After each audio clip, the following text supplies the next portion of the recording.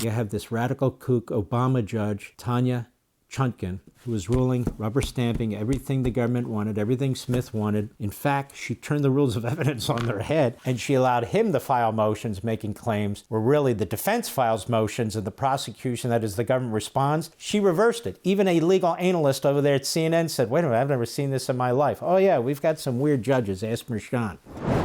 MSLSD. Just the other day, Jack Smith plans to step down before Trump takes office.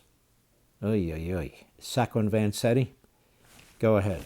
Just in, Jack Smith, the special counsel pursuing 2 investigations into President-elect Trump, is set to step down before the new administration takes power. The New York Times reports Smith plans to finish his work. You know why? It's simple. He's an unconstitutional prosecutor. Donald Trump's going to fire his ass. All the cases collapse based on Department of Justice memos. Right here. They collapse. These cases should never have been brought. The case in Florida was rightly thrown out. The great judge, Cannon, ruled that his appointment was unconstitutional. That position was supported by 2 former attorneys general, Meese and Mukasey, among others, the #1 expert in the entire world on the issue of the Appointments Clause, when you need Senate approval and when you don't. We happen to know who he is. We hired him at Landmark Legal Foundation, which also filed a brief and argued the case down there in Florida. She was right. Her opinion was bulletproof. So that was over. He appealed it, did Smith. You have this radical kook Obama judge, Tanya Chutkan, who was ruling, rubber stamping everything the government wanted, everything Smith wanted. In fact, she turned the rules of evidence on their head, and she allowed him to file motions making claims where really the defense files motions and the prosecution, that is, the government responds. She reversed it. Even a legal analyst over there at CNN said, wait a minute, I've never seen this in my life. Oh yeah, we've got some weird judges. Ask Merchan. So anyway, he was going to be fired. These cases collapsed. That's why they were in a rush to get these cases prosecuted, to get him convicted, to get him in prison before the election, which also violated numerous Department of Justice rules, as I've discussed at great length here. We discussed it first, here, Fox, radio, and so forth. So the whole thing collapsed. And it's also my position that the new Attorney General needs to dig into this and find out who exactly was responsible for what. And anybody who destroys a document can be prosecuted under what? The Presidential Records Act. And if they destroyed any classified information, the Espionage Act. The 2 laws that this moron, that this clown tried to use against Donald Trump when they sent a SWAT team into his home and they did everything possible to affect the election and to destroy Donald Trump's life. Anyway, go ahead. And resign alongside his team. Smith also plans to file a report that summarizes his work and decisions for release to the public, since his investigations will no longer go to court. Smith is investigating Trump's efforts to overturn the 2020 election. Stop. A candidate has every right to try and challenge an election, which means to overturn it. That's exactly what's going on in the Commonwealth of Pennsylvania today, at the behest of Chuck Schumer with their slip and fall lawyer, Mark Elias. They did the same thing in Minnesota to give Al Franken a Senate seat to take out Norm Coleman more than a decade ago. Al Gore challenged the election in court after court in Florida until the Supreme Court stopped it to overturn the outcome of the election. There's simply nothing criminal about challenging it, about looking for more votes, about encouraging a state legislature to act, about encouraging a board of elections to act.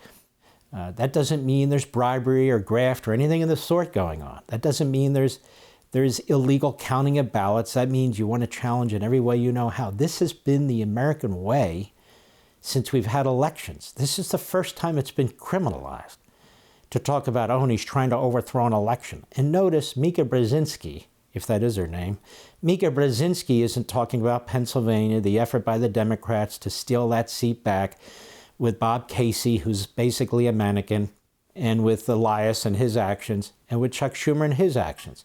Are they going to charge Chuck Schumer now? No, of course not. You wouldn't even think about it. How about Al Gore? Should they have charged him? No, of course not. What are you talking about?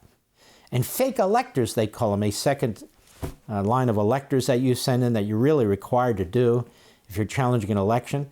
Because if you challenge the election and you win the challenge, they're going to say, but you don't have any electors. So in the end, there's nobody to count. 1876, another list of electors was sent in. Nobody was prosecuted for anything. This is the criminalization of politics in the election system. This man, the Department of Justice, and the media are behind it. Go ahead. His mishandling of classified documents. The Justice Department has a long-standing policy that a sitting president cannot be prosecuted for crime. You know what's amazing? Nobody knew that, did they, Mr. Producer? Until I dusted off these documents, 1973, 2000, memos written by the Department of Justice, Office of Legal Counsel, which is the pinnacle when it comes to constitutional interpretation for the executive branch. Says it right here. I've talked about it over and over and over again. Others have now figured it out. But it doesn't just talk about indicting. It talks about the entire trial process. So because Donald Trump is elected, he's going to be president, the whole thing collapses. It should never have happened in the first place. None of it. None of it. Go ahead.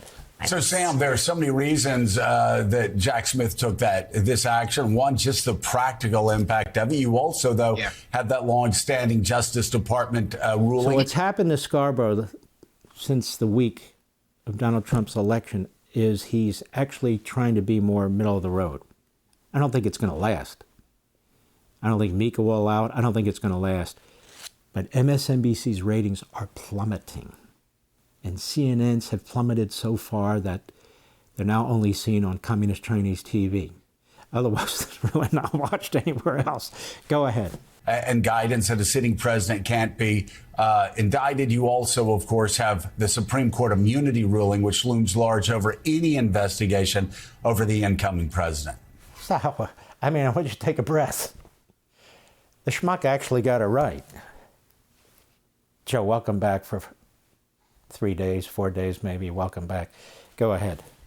Yeah, and I think it's fitting in a way that this news is breaking on the day that Donald Trump's heading to D.C. to meet with Joe Biden in the White House, getting the audience at the White House that he never gave to Biden during the last transition of power. I mean, this just goes to show you the dual planes on which these two men are operating. Donald Trump prompted an insurrection for which he was investigated. So you see, ladies and gentlemen, Donald Trump is such a bad guy.